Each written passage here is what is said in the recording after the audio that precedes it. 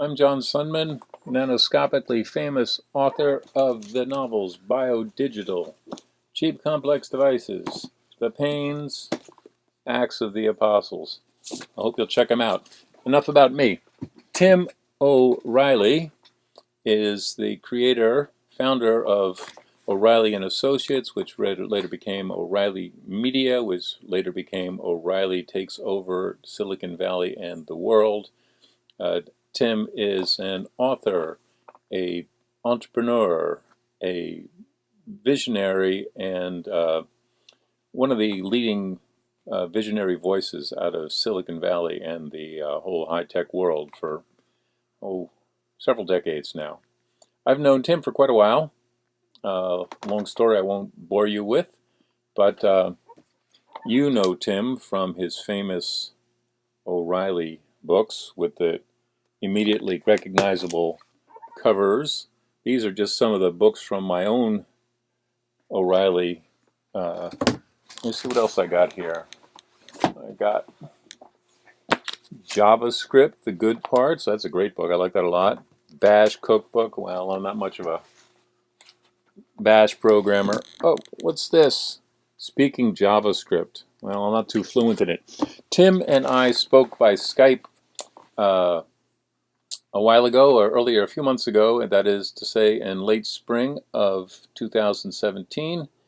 We covered a range of topics, including what's going on in the world of technology today, what's coming down the pike, how to deal with anti-science and fundamentalism, and we also touched a little bit on the best way to make homemade marmalade. I hope you'll enjoy the video. Find links below and please leave a comment.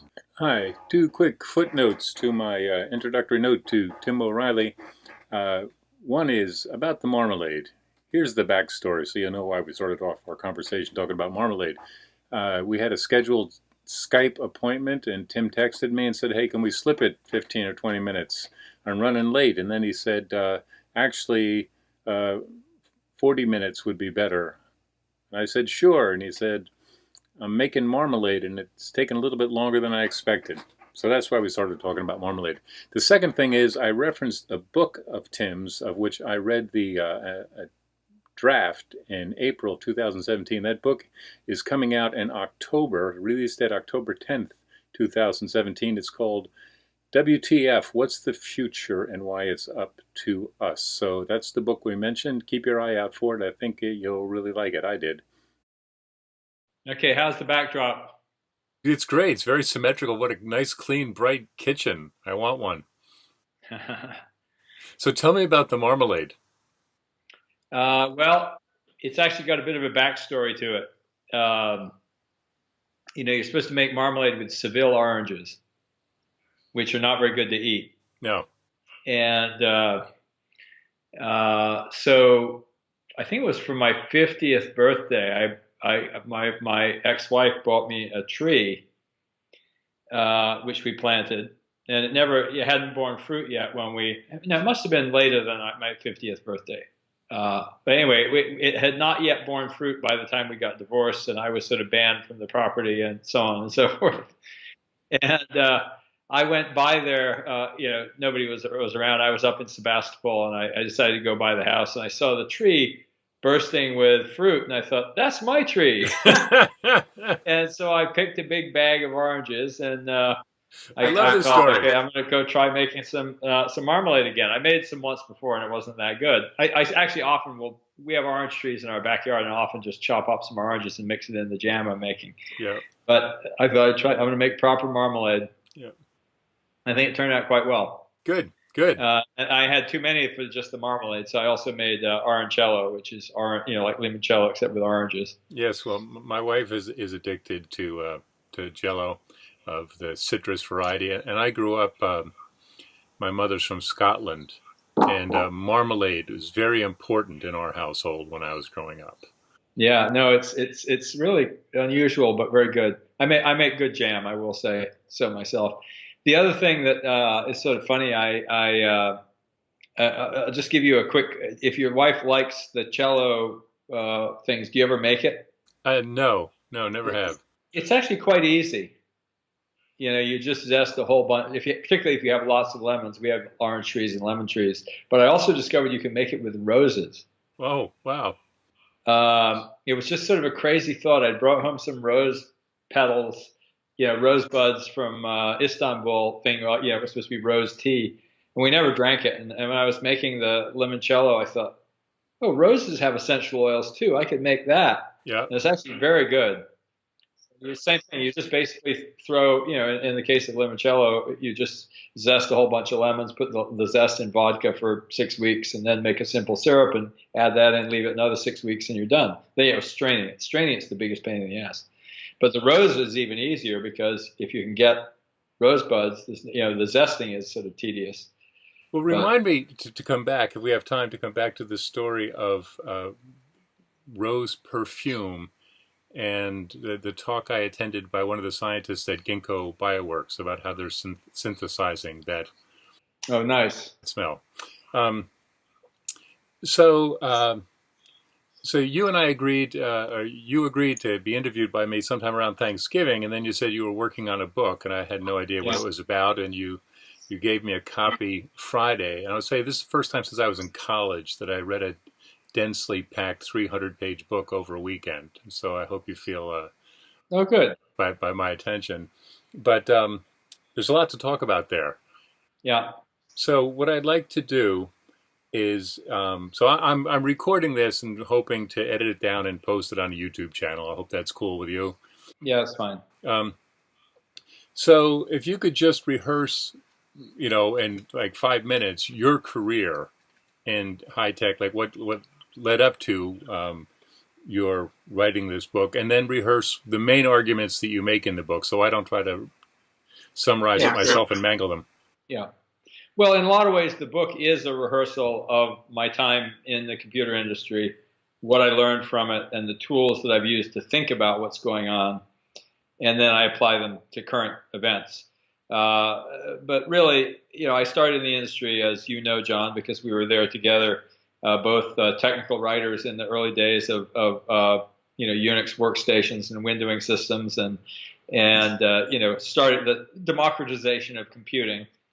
And so I started as a technical writer, but over time I really took the skills of technical writing, which are fundamentally pattern recognition. You're trying to understand what people need to know, how to explain it, and I took it more broadly. And in particular, I started publishing, published books originally on Unix and then the internet, and such that in 2000, when we put on the cover of Publishers Weekly, the internet was built on O'Reilly books. Everybody said, yeah, that's right. And a whole bunch of billionaires said, yeah, I started my company with an O'Reilly book. But I started thinking about the broader, outlines of technology and society, pretty early on, because when we discovered the World Wide Web, at O'Reilly, we actually created the first commercial website, and it was the first web portal about a year and change before Yahoo, and it was called GNN, the Global Network Navigator. And Dale Doherty, my partner in crime, and I, went out there trying to evangelize the web and the commercial internet, and of course nobody was paying any attention. We did in '94, we did the first ever demographic study of the internet, possibilities of advertising on the internet, because obviously we did the first advertising as well. Well, I was right about the time that I was leaving Sun Microsystem after 9 years, and I was just shocked at the difficulty people like you were having and convincing people of the value that was just lying there. I mean, those of us who were in the field could see it. Oh yeah, it was so crazy. We would go to people like the telcos and say, "Oh my gosh, the World Wide Web is going to be the most amazing thing, and you already have a billing relationship with the customer." We actually saw it as something that they would use as a front end for selling internet services, and we were very fascinated by the idea that the web, for the first time, was an information interface to computing. In fact, in 1998, I gave a talk where I kind of tried to use the term infoware to try to describe what was different about what was happening. Where we were getting closer and closer to human interfaces, and I use the example of, a web page has little bits of computing embedded in the form of links, versus, say, a program like Microsoft Word, which has little bits of human language embedded in the form of menus. So we kind of crossed over a divide into where the bulk of the interface is in human terms rather than in computer terms. But anyway, I'm kind of diverting from the main point, which was that early on with the commercialization of the internet, I'd really kind of developed a PR style of marketing. We realized that activism about issues and appealing to the big issues that people really care about was important. And so we'd done that around the commercialization of the internet around 1993, 94. And then in 98, it kind of really, I mean, there were other things in between, battles with Microsoft over their, Unix wars. The Internet Explorer battles and so on. But a big idea really came clear to me in 98. Actually started in 97. And it was really around the Perl programming language. We had published a book called Programming Perl, beloved of many early web people, as well as it used for so many things. It was called the duct tape of the internet at the time. And we put out, it was first published in 91, but the second edition in 1996 was one of the top 100 books in any category at Borders, according to Carla Bea, the computer book buyer there. And I thought, wow, that's really odd. Nobody is talking about Perl.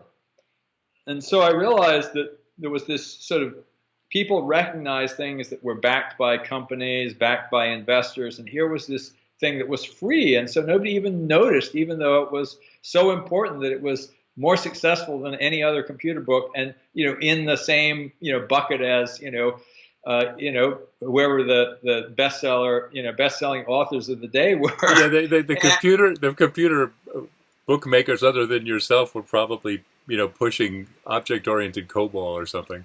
Yeah. Anyway, so it was one of those wake-up moments, and I thought I got to start making some noise about Perl. So I started with a conference in the summer of 97. But then I realized that all of my best-selling books nobody was talking about. And so I decided that I wanted to do this PR event, which I originally called the Freeware Summit.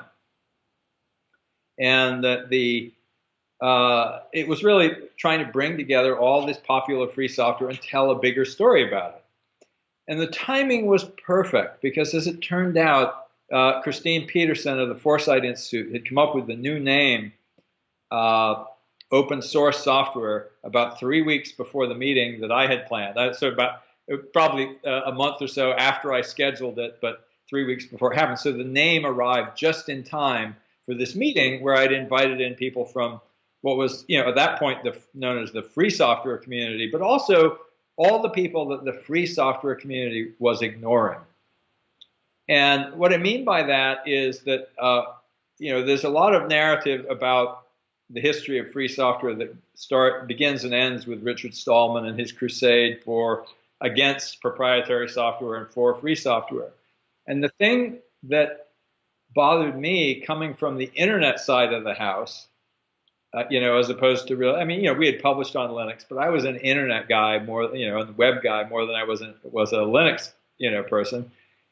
And so I was saying, wait a minute, why are they talking about, GNU Emacs and GCC and Linux and not saying anything about the World Wide Web, which was put in the public domain, or TCP/IP, the basic TCP/IP stack that Bill Joy built as part of Berkeley Unix and put out under the Berkeley Unix license. And, and I went down the list and I went, oh, actually, most of the really, really important software, Linux is sort of up there, but what about Apache? What about Perl? What about Python? And none of these were part of that political agenda. Right, SendMail you mentioned. Yeah, exactly. Yeah, so in some sense, the reason I kind of tell this ancient history, and it really is ancient history now when you think back, is because it framed up for me kind of a way of kind of mapping what is going on in terms of what people are not talking about. And how do you redraw the lines to include the right things?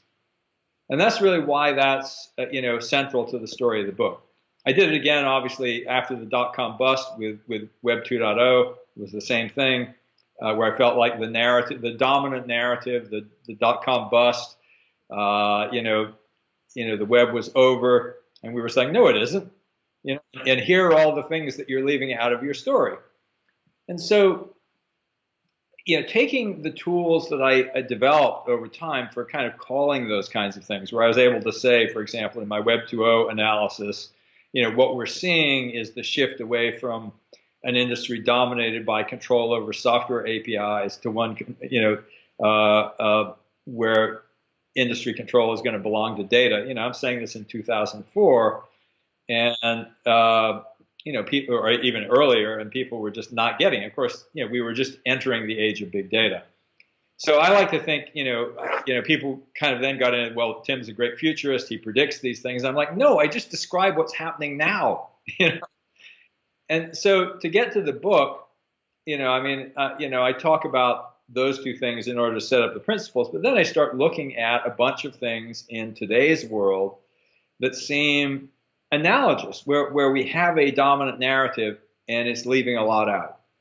So, and I start with, sort of the whole on-demand revolution, Uber and Lyft. And then, to a lesser extent, the other on-demand companies. But, there's been a lot of not just sort of bad-mouthing. Again, much of it, for the company itself, like Uber, bad-mouthing deserved. But for the whole idea of on-demand, these are not real jobs. These are, this odd new thing. People have no safety net. And I was again, it was exactly to me like the free software narrative that left out these really important facts. The really important fact that I felt like had to come into the same frame was, guess what? That's true of every low-wage job in America. The framing isn't, is this a W-2 versus this odd 1099 with no benefits? It's like, we are in an economy where, more and more jobs are being made into these sort of no safety net, unlivable kinds of jobs.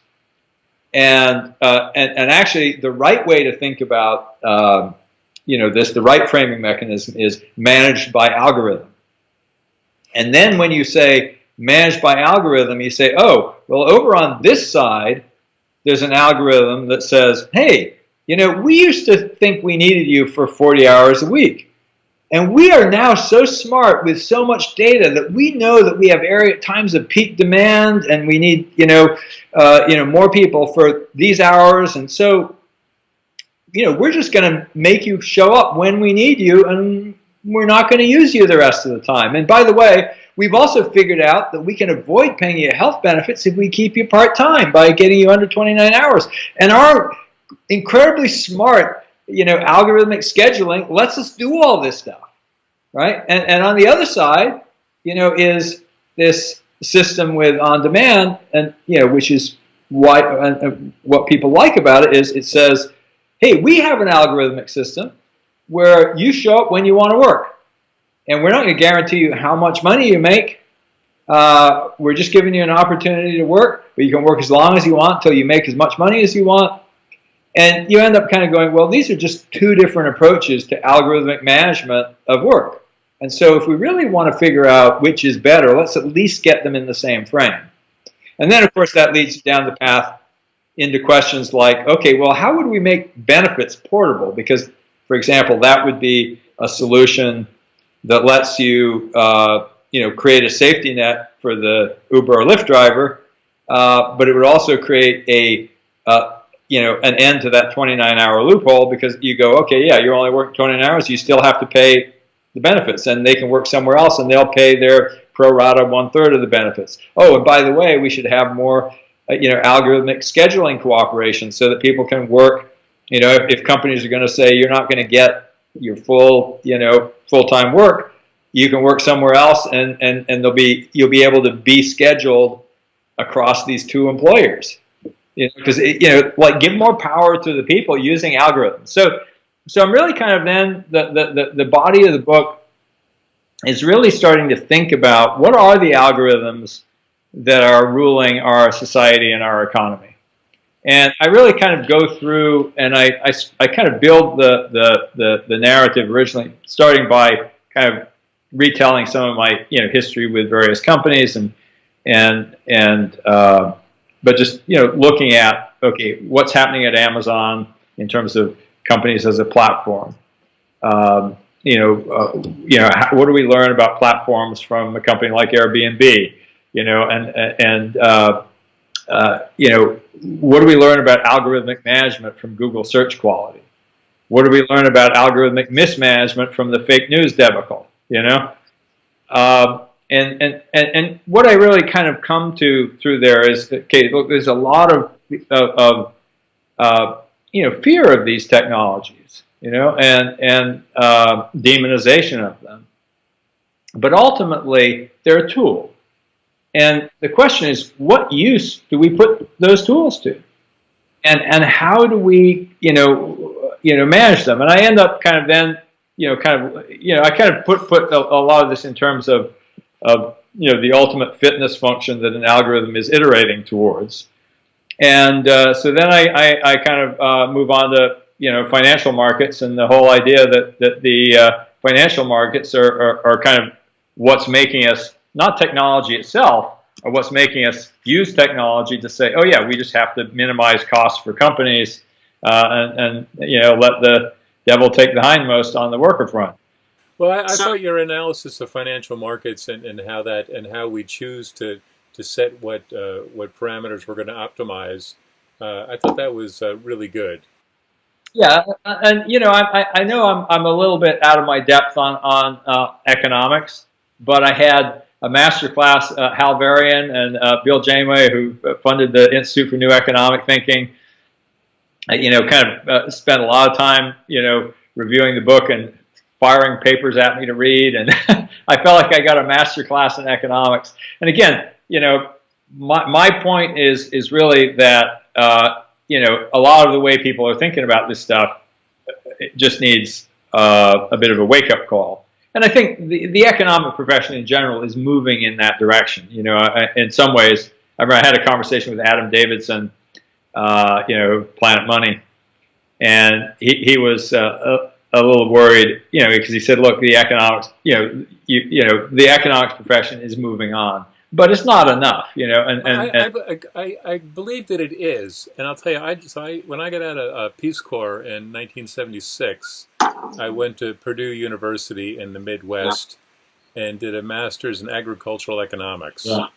And that was when the Chicago School and Milton Friedman and all that stuff was really dominating the more conservative schools. I mean, every school, but especially, and even though I was in an applied economics field, not theoretical economics, it was really like, I don't want to say it was a cult, but it was a cult. I mean, you couldn't question the dogma without being, risking your stipend. Right.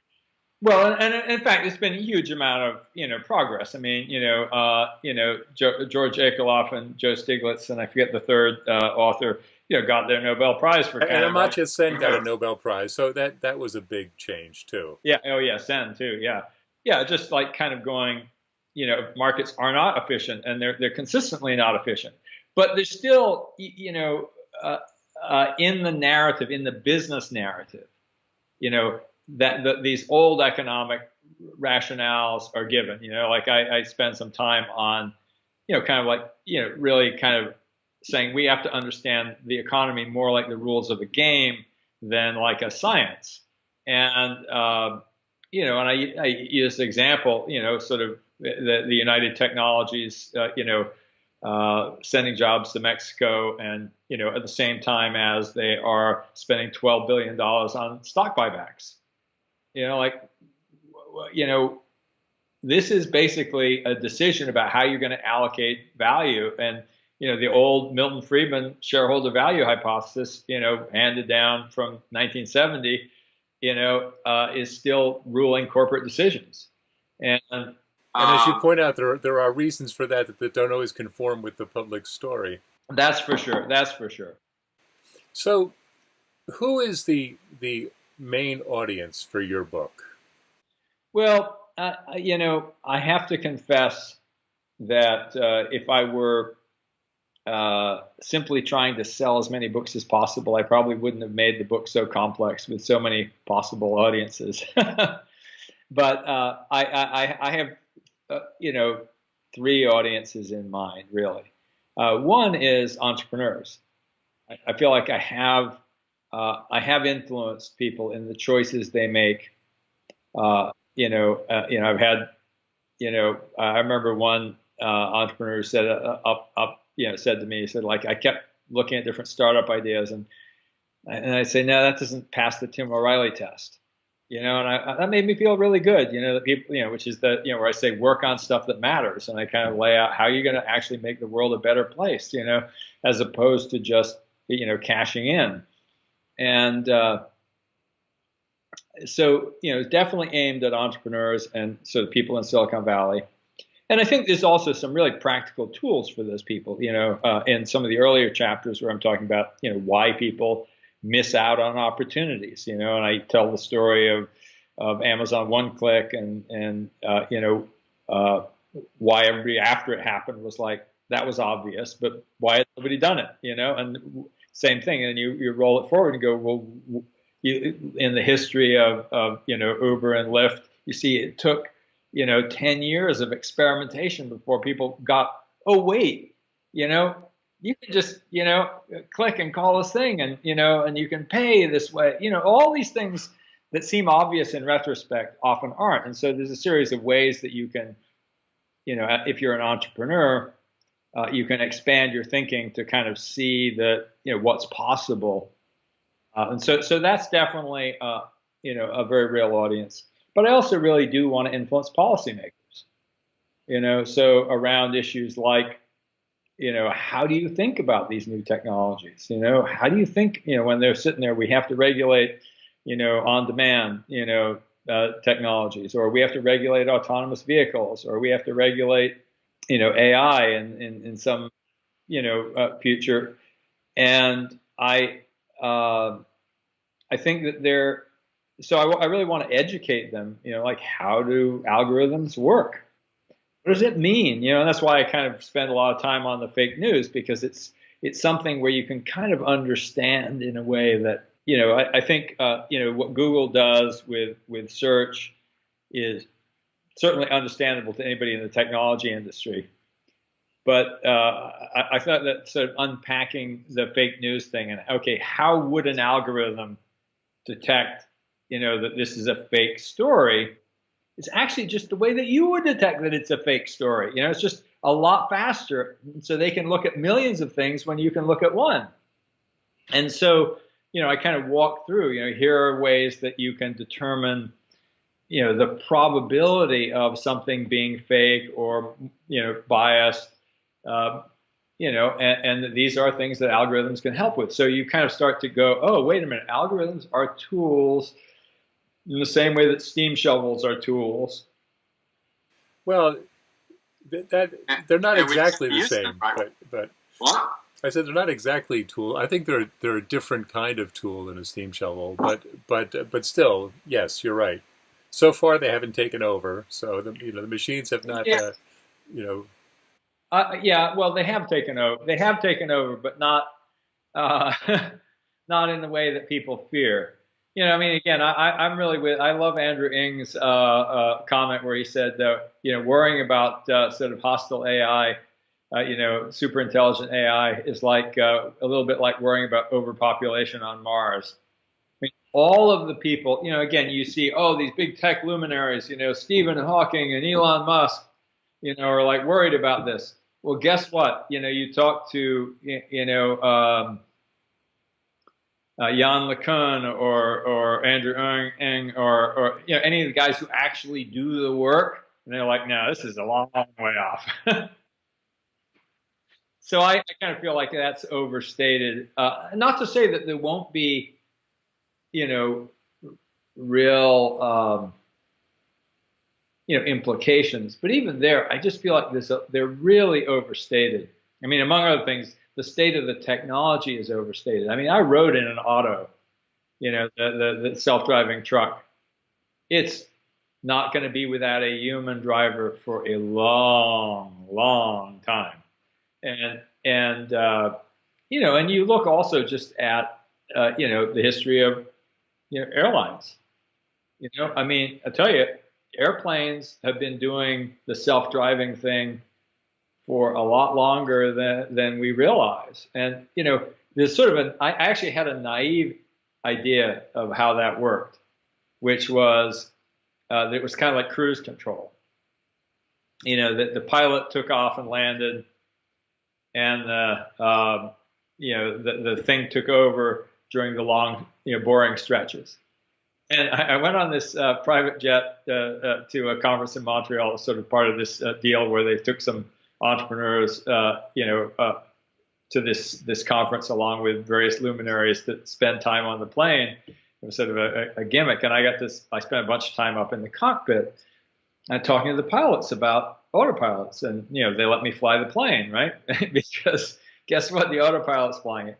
But it turns out, I said, I kind of gave them my naive understanding of how it works. And said, oh, no, you got it all wrong. The only time we get to fly is on the long, boring bits. He said, when you're flying into a busy airport like San Francisco, there's no way that a human anymore can fly the plane, because unless if your timing is off at all, you mess up everybody. So it's all done, automated. All those planes landing, so there's a person there kind of just in case.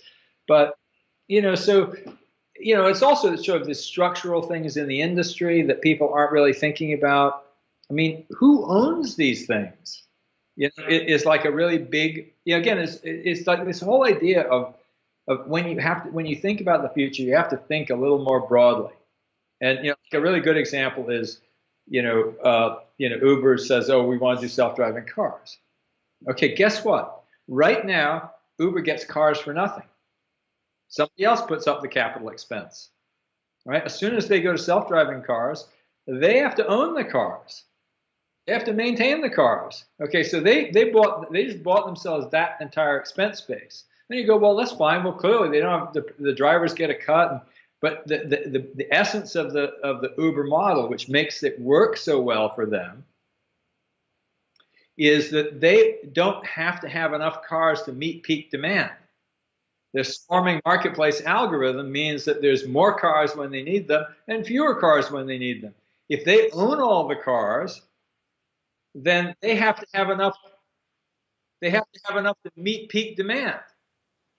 And again, I am not privy to their math. I'm sure they've done a lot of math on it, but I would bet that it ends up looking much more like a market. And this is totally true of trucking.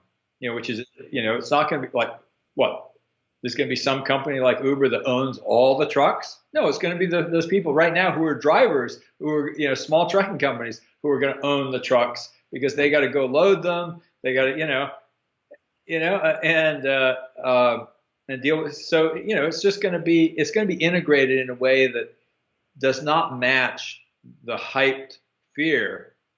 Well, I want to close back one thing now about your audience, because you said three, and we've got entrepreneurs and we've got policymakers. And the third are just the intelligent people who want to understand what's going on. Right. Okay. Good. Well, I like all of those. Yeah. To be frank, when I was reading the first chapter or two, I thought, I hope this isn't another platitude business hype book. Because I think more of you than that. But when I got into the meat of it, I really like the book. So, and I think that the main theses, some of your main observations, apply to many people outside of the entrepreneurial technology development space. But so I was talking a few days ago, as another part of my interview series, soon to appear at a YouTube channel near you, with Tom Athanasiou. Do you happen to remember Tom from Sun Microsystems? Anyway, he was in the publications group, but and he was part of the team that helped us move from all paper to online documentation way back when dinosaurs rolled the earth. But for the last 25 years or so, Tom has run a small consulting group think tank out of Albany, California called Eco Equity, and they consult on climate change policy, how to think about the climate crisis, and possible policy solutions. Yeah. So, you should introduce us. That's just around the bend from where I live. yeah, well, I think you and Tom would have a lot to talk about, and I hope you'll look at his video when I get it edited and put up. Tom has a couple of points. One is that the climate crisis is a lot more real than people understand. The magnitude of the crisis we're facing and the urgency is really great. So that's one thing, just the how imminent it is and how big it is. And the other thing is, from all his study and all his thinking, he's come to the conclusion that you can't solve the climate problem without solving the social justice problem. It's not merely a question of technology for taking carbon out of the air and putting less carbon in and things like that, mitigating responses to rising oceans. It's also dealing with inequality of opportunity and basic wealth inequality and so forth. And so Tom says, so this is the nature of the problem we're dealing with. And then add into it the disruptions caused by algorithmic changes in the economy, such that young men, young people, but especially young men in poorer areas of the world are not going to be able to find work as drought conditions start driving people out of places in North Africa and the East looking for work. And now the old jobs that they used to have are going away, not only because of war and drought, but also because of these algorithmic changes. So the whole point I'm trying to get to is just, you talked about ways that we can deal with these transformations that are coming. And I just didn't think you were urgent enough about how we need to deal with these problems. And the second thing was, I wonder if your thinking has changed any in light of recent political developments in our country and other countries. I just read the other day the Cri de Coeur written by Jen Palka about Beta White House, and is all our work, going to have been for naught, and so on. So anyway, just vamp on those topics, if you will. Yeah, I mean, I guess I would say in terms of the book, I don't want to. I think I'm pretty strong on a whole bunch of topics about why we need to change our economy. I hear you. I touch on climate change, but that's not the main. It's really kind of an illustration of the technique rather than. I guess I would say it's a good criticism. I have to think about that. I do feel that there's always a balance. I think when you're doing persuasion, between kind of laying an intellectual foundation and stridency. And I think in a lot of ways what I'm really trying to do is to lay a foundation for thinking differently. This sort of notion that that we could in fact build an economy driven by different rules and algorithms than the one that we have today. It's really the heart. It was really the heart of the book, and why I think that we will end up going there. And I do feel like the urgency is going to come from events. Saying this is urgent isn't going to make it more urgent. Right. I think that's true, and I think also you're in a very unique position and I think you're using it well. So two things that you have going for you that a lot of people don't is one is you've created an enormously successful company that's still privately held in an industry that is like the poster child for venture capital driven IPO focused stuff. Yes. So you can say, hey, I did it, without going that route, and you've got a lot of credibility for that fact. And you've also got a lot of credibility for stuff that you said was coming down the pike that turned out to be, in fact, true. So you will get the ear of CEOs and policymakers and so forth the way that Johnny from Martha's Vineyard would not. So I think you're taking I think you're taking the right approach to aim at those people. But still, anything that you can do to get them to realize that, Yeah. No, I do. Kind of coming around to sort of both climate change and politics.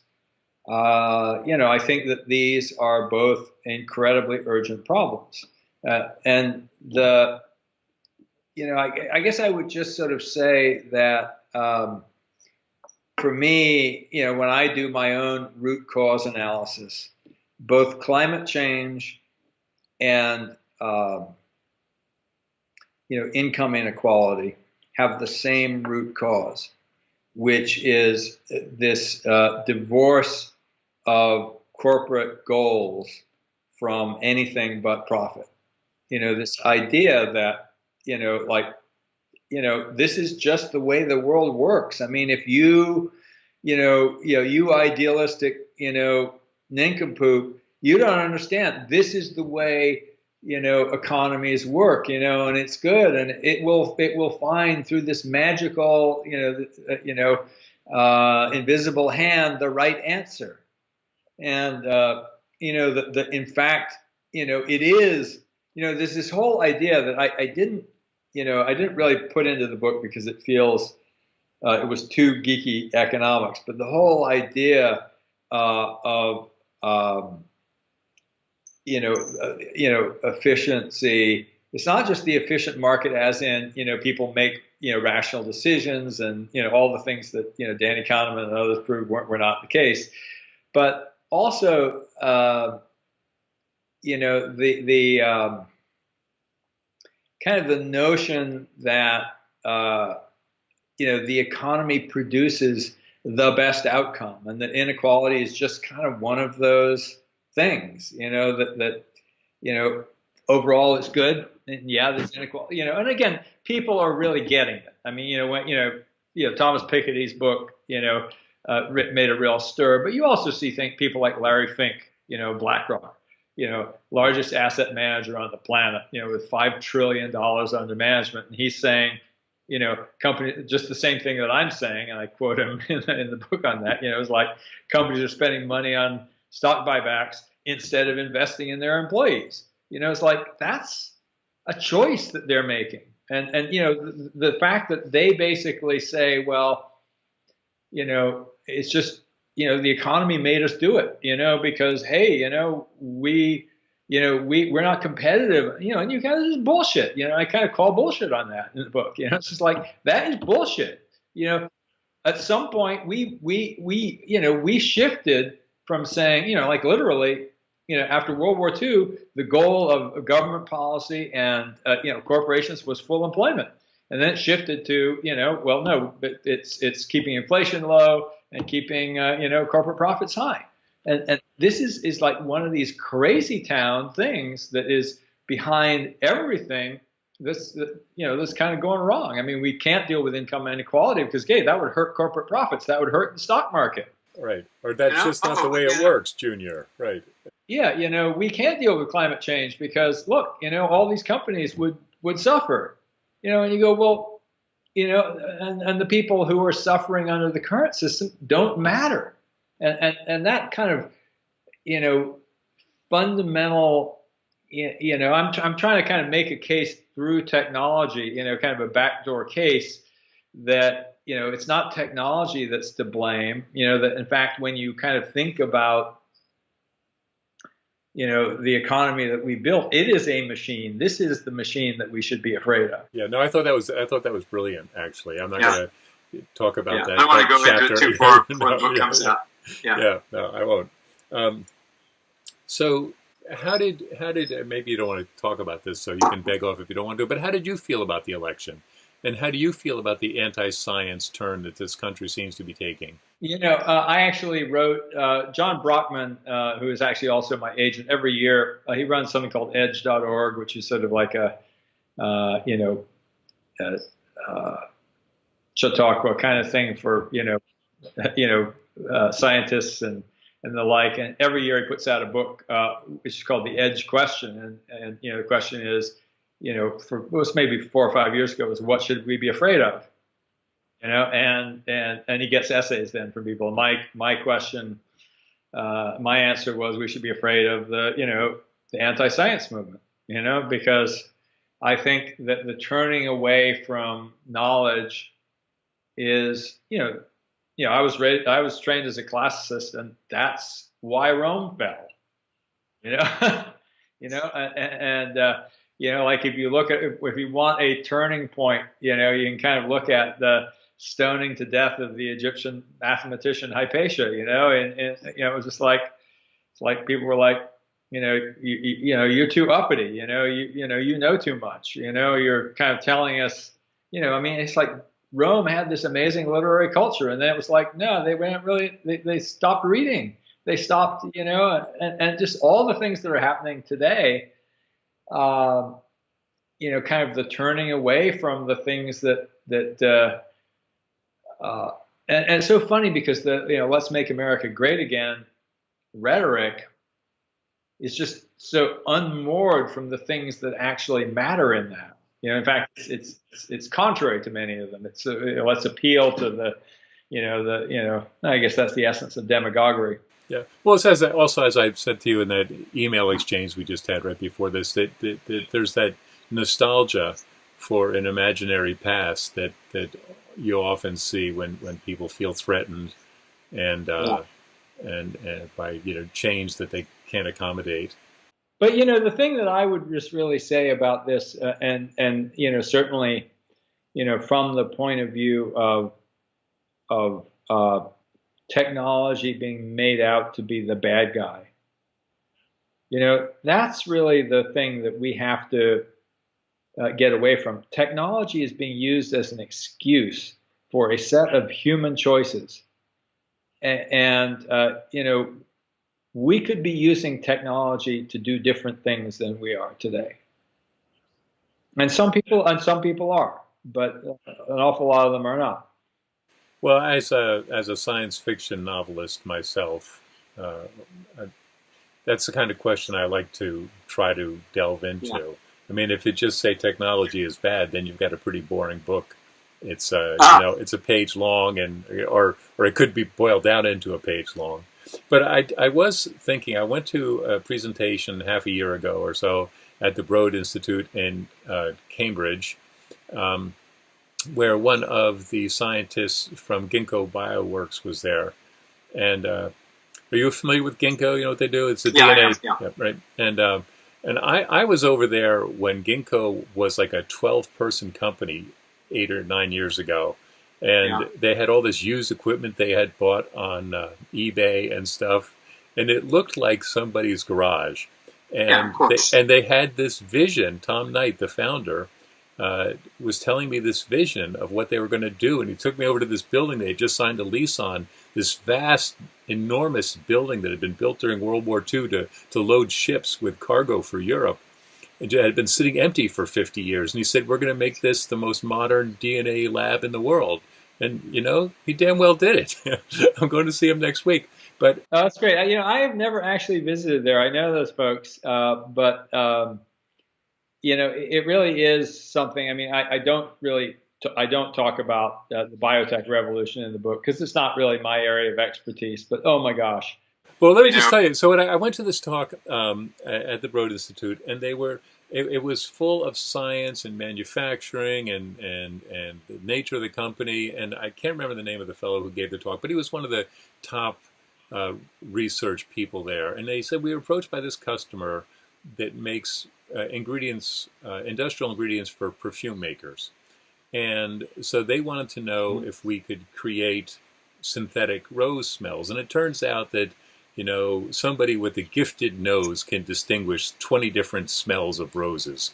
And they said, well, first of all, we want to be able to create those smells, using yeast or whatever engineer to produce those chemicals. And second of all, it'd be nice to be able to create totally new scents that don't occur in nature. And so this was an interesting engineering problem, an interesting biological problem, everything else. But at one point in his slide, he showed a photo. He said, "This is how we get these scents today." and it was taken, I think it was in Azerbaijan, and it was two guys in a warehouse, and there was like sunlight coming in through cracks in the boards, and it was just like this glorious photo of these guys throwing rose petals high up in the air with pitchforks. I don't know why they were doing it, but to just imagine sunlight coming down on guys throwing rose petals high up in the air, and all the luscious colors and everything else. And I was thinking, those guys are going to be out of a job. What are they going to do now? That's the way their whole society has been structured for centuries now, is harvesting those roses. And so now Ginkgo Biolabs can do everything they can do, only faster and cheaper. And that's not a knock on Ginkgo Biolabs at all, but that just raises the question of the nature of these transformations. Well, I mean, the thing that I think, certainly transitions are really disruptive, but typically what has happened is that expanded demand has actually meant that more people are employed, not fewer. Now, the question really is, that was, so, again, obviously, like, look at Stephen Johnson's book where he kind of talks about the history of cotton, in some ways, and the role of fashion in eating up the increased capacity. Actually, I quote that wonderful William Blake line: the prolific should cease to be prolific unless the devourer as a sea consumed the excess of his delights. We basically, there's a two-sided economy. It's like if there aren't consumers, there's nothing for the producers to produce. So, that's really, in some ways, one of the key, ideas at the heart of my book, which is that we have to actually look holistically, because guess what? Income inequality isn't just income inequality. It's basically the Achilles heel of the entire market system, because ultimately, if there aren't enough people to buy things, it's bad for the producers in the long run. And so we have to solve the problem. And the way that we've solved it in the past is by more variety.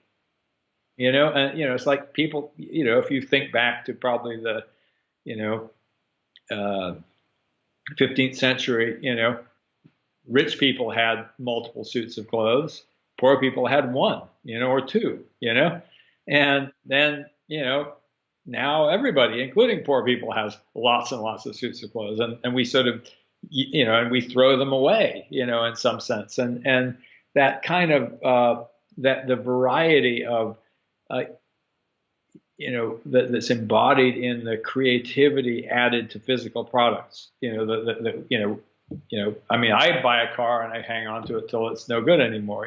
But a lot of people, they would buy a new car. Throughout that whole period, it's now shifted from cars to phones. You have to have the latest.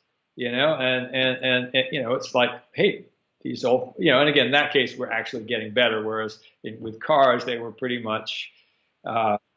They weren't getting any better. They were just, it was a fashion market. As Dave Hickey called it, an art market where things are sold on the basis of what they mean, not what they do, And I think that a lot more things are going to become like that in order to create demand, And, to me, the central question of economic policy has to be, how do you keep the virtuous circle going?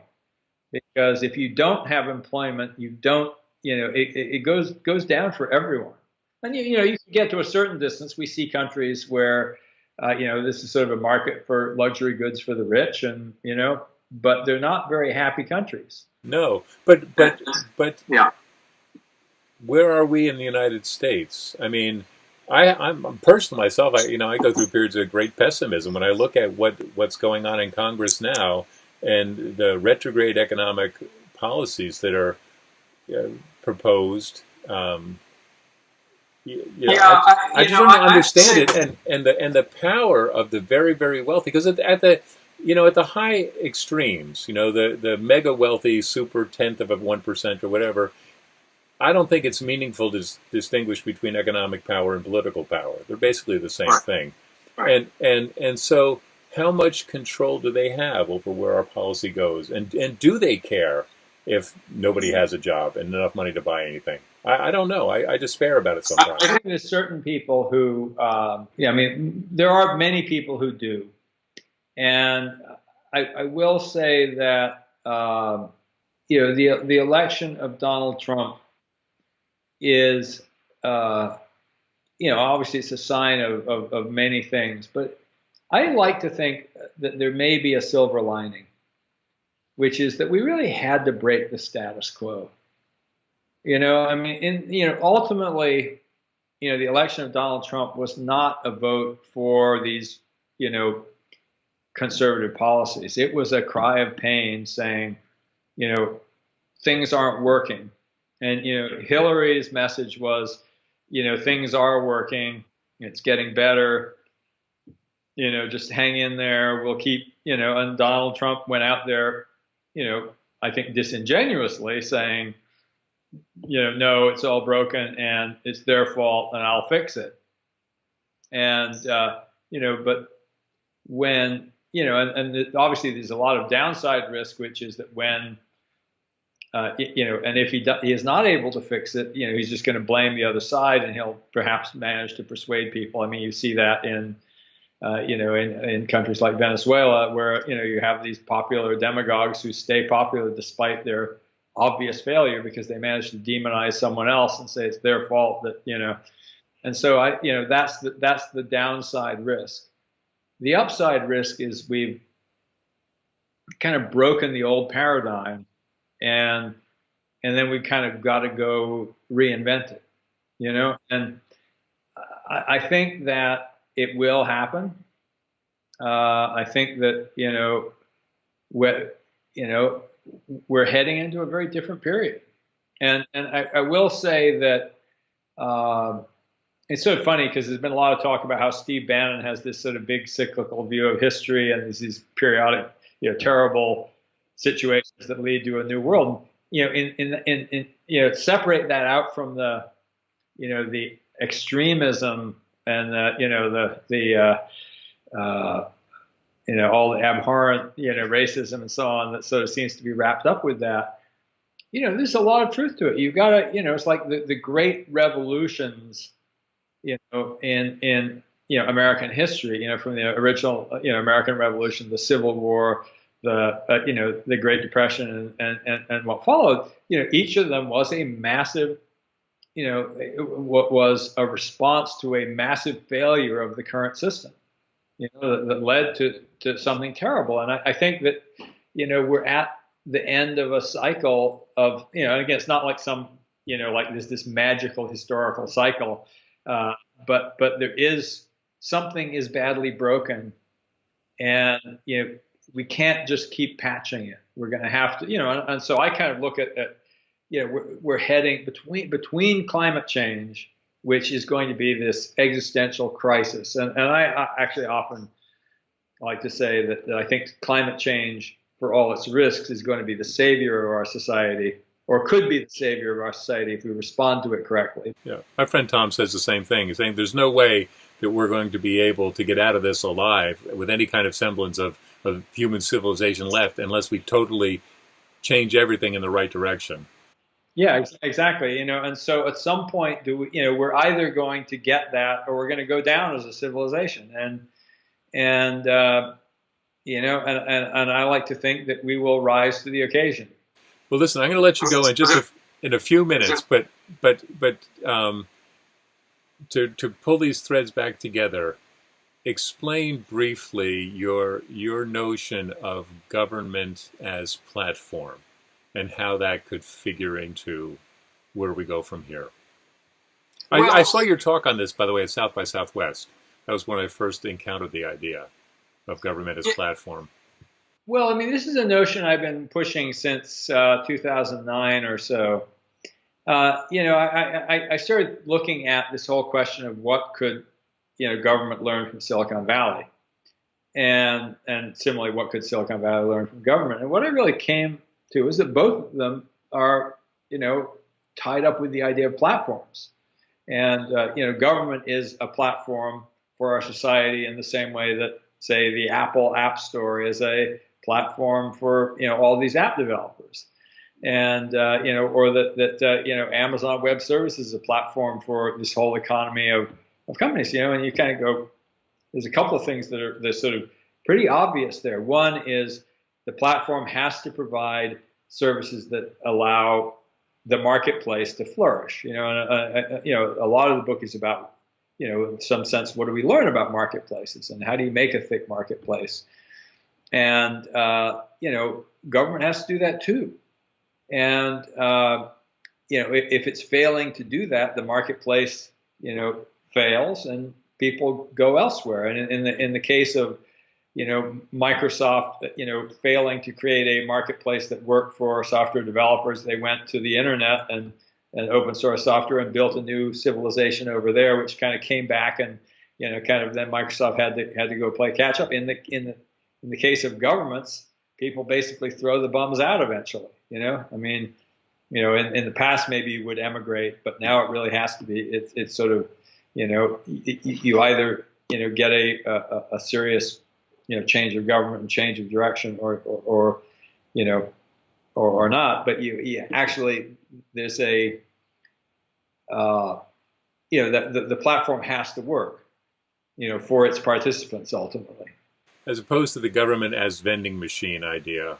Yeah, which is just we pay taxes and we get back services. But a platform, and there are great examples, of things that we take for granted that were platform services. We take for granted that, you say, oh, wow, we get all these, say you live on the East Coast in the middle of winter, you're getting these fruits and vegetables. That's because we have a national highway system. Most of that stuff comes by truck. Before 1956 and the Highway Act, that would not have been possible. You had this network of little crappy roads, and we made this massive investment in the infrastructure of the country. And it's all the way up to the present. Where things like GPS. This was a freaking government program that got opened up to the private sector, and all these possibilities like self-driving cars are a result of a government platform service. And the thing that really bugs me is that people kind of think nothing of paying, app developers. They'll pay, Apple gets their 30%, right? The government wants its 30%. It's like, these crooks are stealing from us. And I go, this is nuts. No, this is the platform. We got to pay for it. And, obviously the platform is, broken in a bunch of ways. And but that's like fix the platform, not let's get rid of the platform. And, so anyway, that's sort of another of those many ideas that are kind of wrapped up in this book. Well, I like it a lot, and I liked your discussion there. So my wife and I are involved in food insecurity work here on Martha's Vineyard, which we're famous as a playground for the wealthy, and the famous wealthy and the not so famous wealthy. But they come here in the summer; those are our summer folk. But the year-round population of Martha's Vineyard is the poorest county in Massachusetts. So there's poverty here, and there's a lot of food insecurity here, and we've been involved in that for a long time. And there's also an immigrant community here, and people who are not that fluent in English or totally non-fluent, and for them to get food stamps, SNAP benefits, is so flippin' difficult. That my wife, in addition to running a food pantry and running the Vineyard Committee on Hunger, all as volunteer work in addition to her full-time job, also volunteered to help people fill out the applications, and it was like 5 hours per client just to get them through the process. It's astounding, and people say, look at those SNAP mooches. They just go down and they sign up, and they get this free food. Well, I wish it were that easy, Oh, I know. We've been doing a lot of work on that at Code for America. We started in San Francisco. We're now doing all of California, but we're hoping to take the program nationwide, where we built a much simpler application process. Well, hurry up, man, because it's badly needed. I think it's beautiful work, but it's well, it's so funny because it really does illustrate a lot of what is wrong with government, which is that it doesn't understand. There's some real things that we learned in Silicon Valley that government can really take to heart. And one of them is just this culture of constant user-centered measurement. It gets misapplied. I mean, with the ad targeting and all this kind of stuff. But from the moment you sign up for Facebook, they're tracking you, figuring out what you're doing. Oh wow, that's not working. Let's stop doing that. Whereas when we started building an app to figure out what was going wrong with food stamps, it was just like, there's no instrumentation at all. They don't know, for example, that people are, applying and getting a letter 6 weeks later that's so incomprehensible that they don't know what to do, and so they fail to comply, and then they get kicked off and they have to start over. They don't know that some percentage of the letters telling people that the date of their appointment go out after the date of the appointment. So once again, people don't make the appointment, back to square one. In some of the work that the USDS, my wife Jen's other, brainchild, was doing, with the VA. It was like the digital service that's, and the CTO of the VA actually was doing this work, Marina Martin. Just kind of going out doing user research. Because the government says, oh yeah, our system works. We've tested it, and the boxes have all been checked by the vendor. And then she went out there with field research with filming homeless veterans trying to use the software in the library to apply, and they go, oh it only works for a particular combination of Internet Explorer and Adobe Reader, which happened to be the one that they tested, but is not the one that's in most of the places where people apply. And it's like, as soon as you actually go out and do the research and document what's wrong, they're happy to fix it, but they don't have the that mindset. They go, like in California, the participation rate is actually second lowest in the country in food stamps. And, their answer is, well, let's advertise, the program some more, but they don't realize that people start, and then they can't get through the program. And there's also issues like, are they worried about immigration status and so on. Absolutely. Yeah. Well, Tim, it's been great talking with you. I wish you great success in your book. Do you have a date when you expect to see it done? I believe the publisher's talking October. Like if it were, coming from my publisher, for myself, we'd have it out in a few weeks. But I actually have to say, I understand, this sort of, the reason I'm going to a New York publisher is I want to reach a different audience, and they have a process, and some of it has to do with, how long it takes to get, the right kind of buys in retail, queuing up the right kind of publicity. And I'm hoping that they can help me reach a very different audience than I know I can reach directly, or through conversations with folks like you. Well, I wish you best of luck with it. I think it's good. All right. Thanks a lot, John. Great to see you again. All right. Take care. Bye-bye.